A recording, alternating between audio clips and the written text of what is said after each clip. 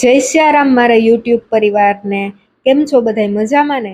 તો હવે તમે બધાએ મારી મહેંદી જોઈ જ લીધી છે તો સરખી બતાવી જ દઉં. આ બધાય કામાક્ષીબેનના હોય ને. અત્યારે 6 વાગ્યા છે ને હું નાઈને રેડી થઈ ગઈ છું. હવે પક્ષીને ઘઉં નાખી દઈએ અને પછી હું કચરો વાળવા વઈ ગઈ. કચરો વાળતા વાળતા બહાર પહોંચી ત્યાં કબૂતર આવી ગયા હતા.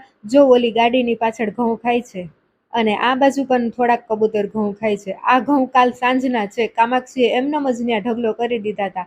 હાલો તો હવે મને પણ થોડીક ભૂખ લાગી ગઈ છે એટલે હું પણ એક કેળું ખાઈ લઉં.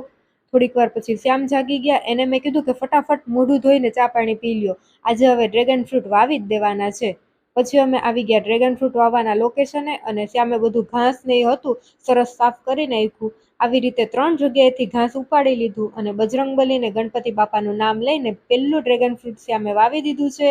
અને હવે આ બીજા 2 ડ્રેગન ફ્રૂટ મારે વાવવાના છે. ખાડો તૈયાર જ હતો, એની અંદર મેં આ એક ડ્રેગન ફ્રૂટ વાવીને આસપાસ પછી માટી હતી એ નાખી દીધી. પણ આ માટી દબાવતી વખતે કાંટા કેવા લાગી જાય, બહુ ધ્યાન રાખવું પડે. આવી રીતે મેં ત્રીજું ડ્રેગન ફ્રૂટ પણ વાવી દીધું છે. પછી પાણી પણ પીવડાવી દીધું. ટોટલ 5 ડ્રેગન ફ્રૂટના રોપ આવ્યા છે. 3 વાવી દીધા અને બીજા હવે 2 કામાક્ષીને વાવવાના છે.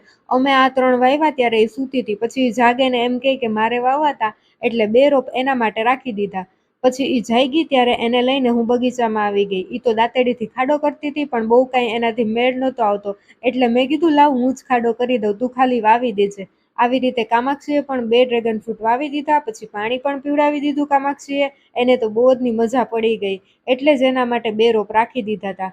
ચાલો તો મળીએ હવે નેક્સ્ટ વિડીયોમાં. જય શ્યારામ. Like, share, subscribe.